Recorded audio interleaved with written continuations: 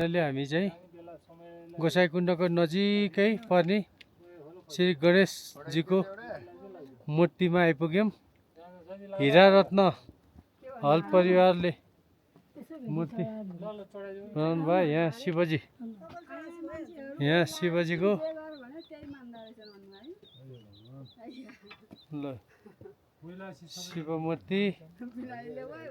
यो हामी आएको बाटो, काला पत्थर।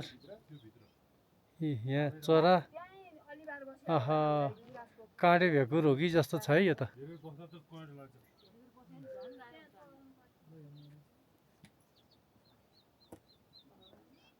यो चरालाई त गाह्रो भयो यहाँ।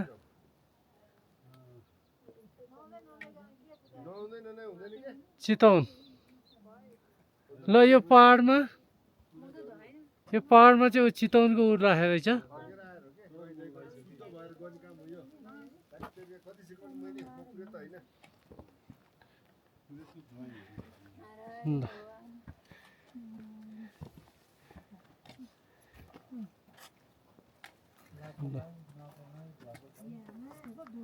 गणेश भगवानको प्रसादी लाएर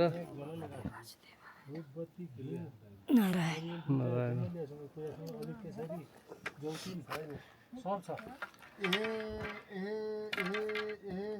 यस्तो गाह्रो ठाउँ रहेछ।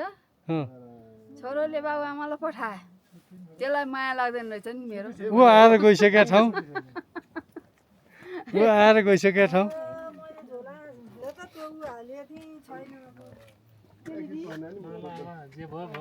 तलास गर्छु म, तिमी टेन्सन नलिऊ। यहाँ म छाउन्जेल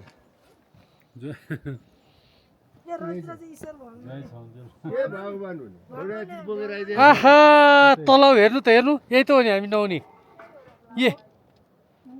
यो त अहिले नदेखे त आफै क्यामेरा देखे। ल यो गोसाइँकुण्ड, ल लो पर्वतमा निलो त ल यस्तो पो त। त्यो दोस्रो हो, माथि भन्नुहुन्छ।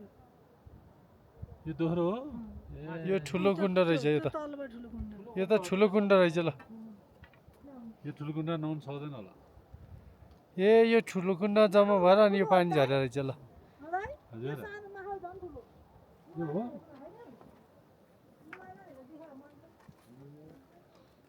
ल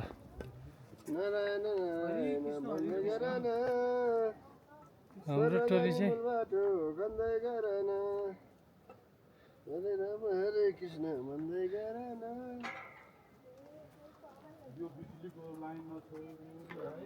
कति बज्यो अहिले? भर्खर 7:30 बजे, 8:30 बजे। कति मजाको कुण्ड देखियो नि। कसले छोड्यो प्लास्टिक? हाम्रो टोलीको त होइन नि।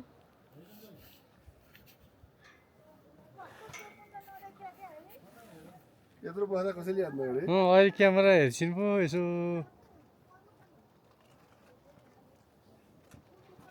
ल गाइस, साह्रै रमाइलो भयो कुण्डको दर्शन गरेर।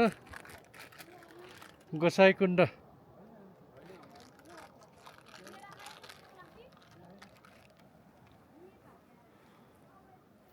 ल टोलीहरू ओह्रालो झर्न पाएर खुसी हुँदै।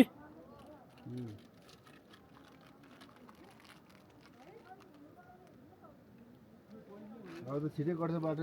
ओह्रालो छ, ठ्याट्टै हुन्छ। यिनीहरू थकी माऱ्यो भने कुनै गरेर त्यहाँ चाहिँ चितवन के लेखेर रहेछ उ त्यहाँ फलमको लेखेर राखेको रहेछ।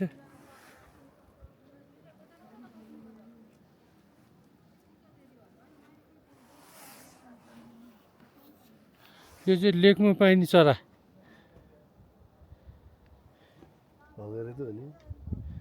होइन नि, यो अर्कै चरा हो। यो के प्रजाति हो?